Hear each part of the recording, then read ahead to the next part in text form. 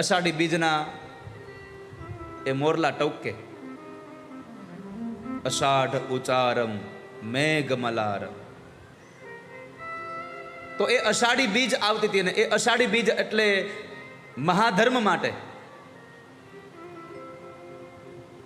પાઠ પૂરવા માટે થઈ અને મેઘધારુના ઘરે પાઠ પૂજાનો જમેલો થવાનો હતો. મેઘધારુએ બધાને વાયક મોકલ્યા છે, આમંત્રણ મોકલ્યા, અને આમંત્રણ દેવા માટે સૌને નીકળે છે. પણ અહીંયા રૂપાદેના મહેલમાં પહોંચાય એમ નથી. જાવું કેમ? માલદેએ સખત એવો ચોકી પેરો કરી નાખ્યો, ને આ બાજુ હવે મેઘધારુ પણ આમંત્રણ દેવાની વાત કરે. ગુરુએ કહ્યું હતું ઉગમસિંહ દાદાએ કે તમે આમંત્રણ દઈ આવજો.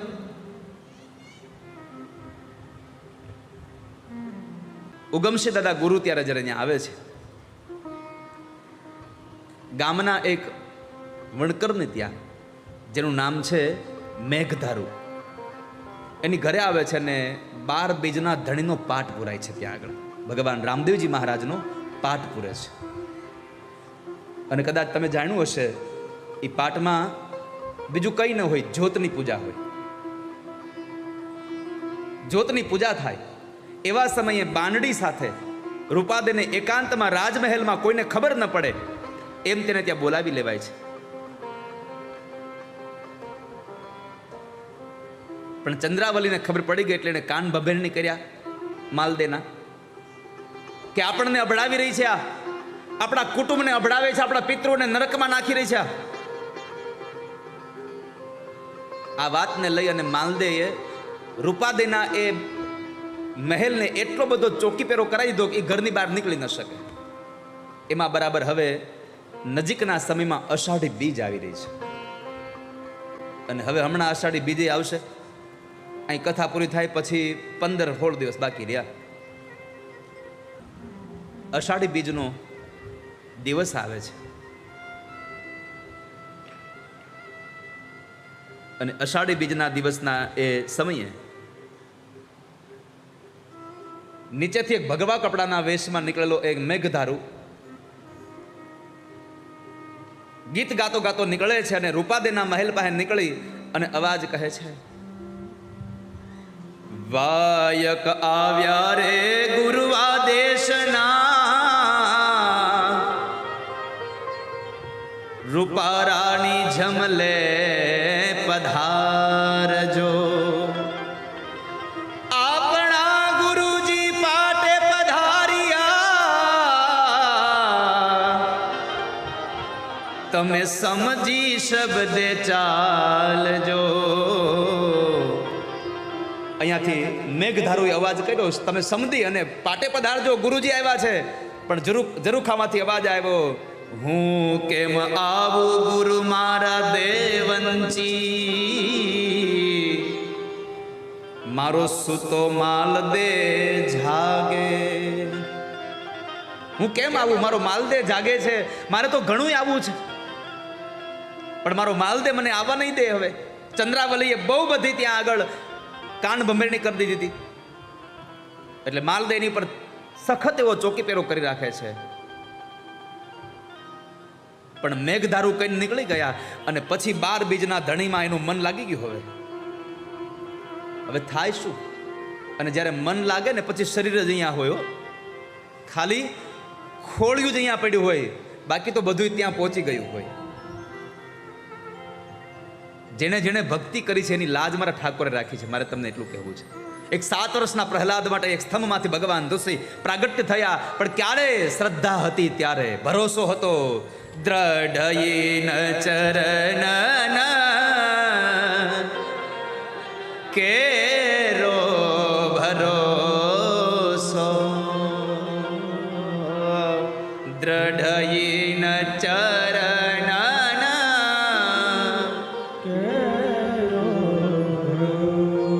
દ્રઢયીન ચરણન કેરો ભરોસો. મને ભગવાનમાં દ્રઢ ભરોસો હોય,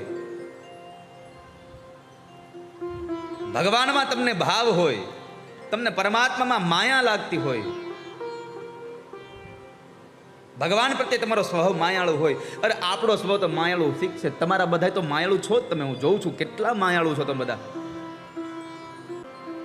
પણ અડધી રાતનો આમ આમ આમ પાઠ પુરાઈ ગયો, ત્યાં જ્યોત પ્રગટ થઈ ગઈ ઉગમસિંહ મહારાજના હાથે.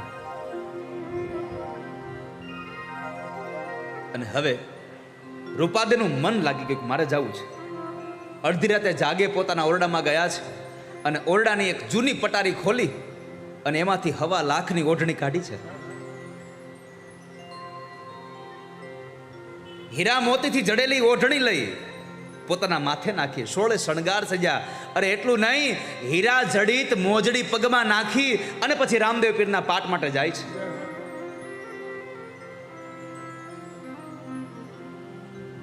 પણ બન્યું એવું, દરવાજે ગયા ત્યાં પરોળી આવે ના પાડી દીધી, નહીં જવા દઈએ. માલદે સુઈ ગયો, પરોળિયા ના પાડે છે.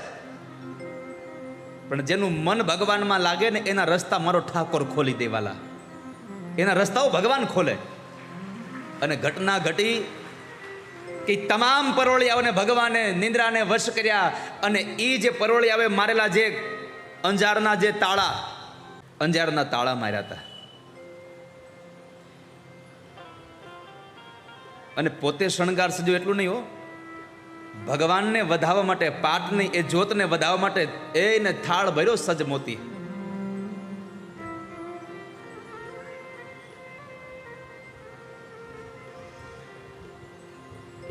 થાળ ભર્યો સગ મોતીડે, રૂમ ઝુમ કરતા ચાલ્યા જી. મોજડી પેરી મોતીડે મઢી, પગલા ઝાકમ ઝોડ. પગલા ઝાકમ જોડ થઈ રહ્યા છે. નિંદ્રા મંગાવું સારી શહેરની, ઉપર ચમર ઓઢાડી હો. સોડમાં સુવાડી વાસુકી નાગને, ખૂણે ખાટ ઢળાવું જો.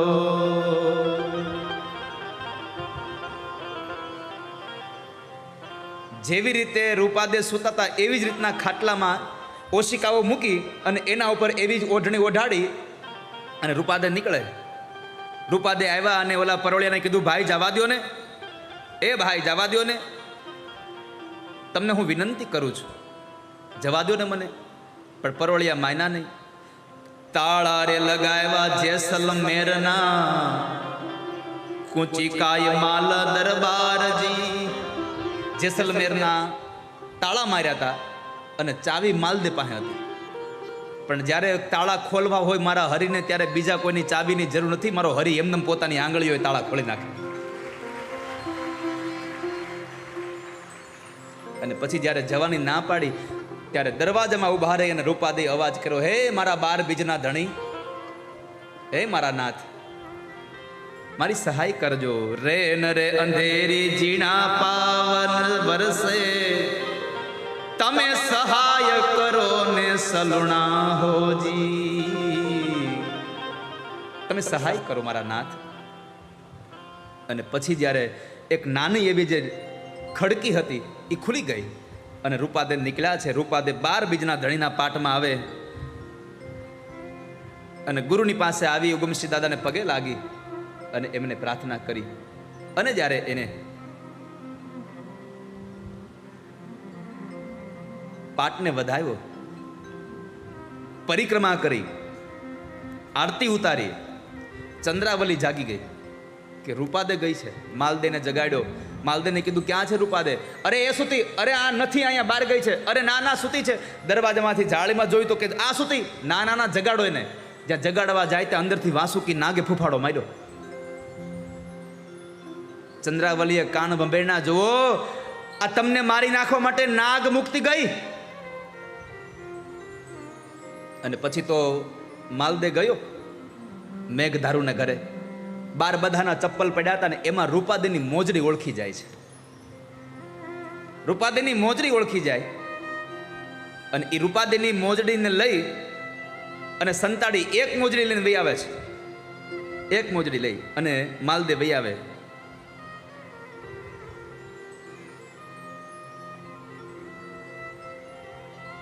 હમણાં આવશે, ક્યાં જાહે?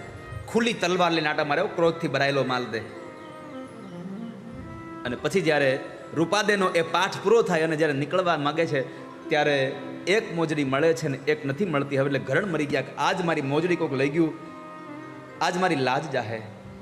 અને ત્યારે 12 બીજના ધણીના પાઠ પાસે આવી અને પ્રાર્થના કરી છે મારા હરિને, ધન ધન રામા પીર કે લજિયા, ધન ધન રામા પીર કે લજિયા રાખ્યો, ધન ધન રામા પીર કે લજિયા રાખજો. હું સમરું રામા પીર કે લજિયા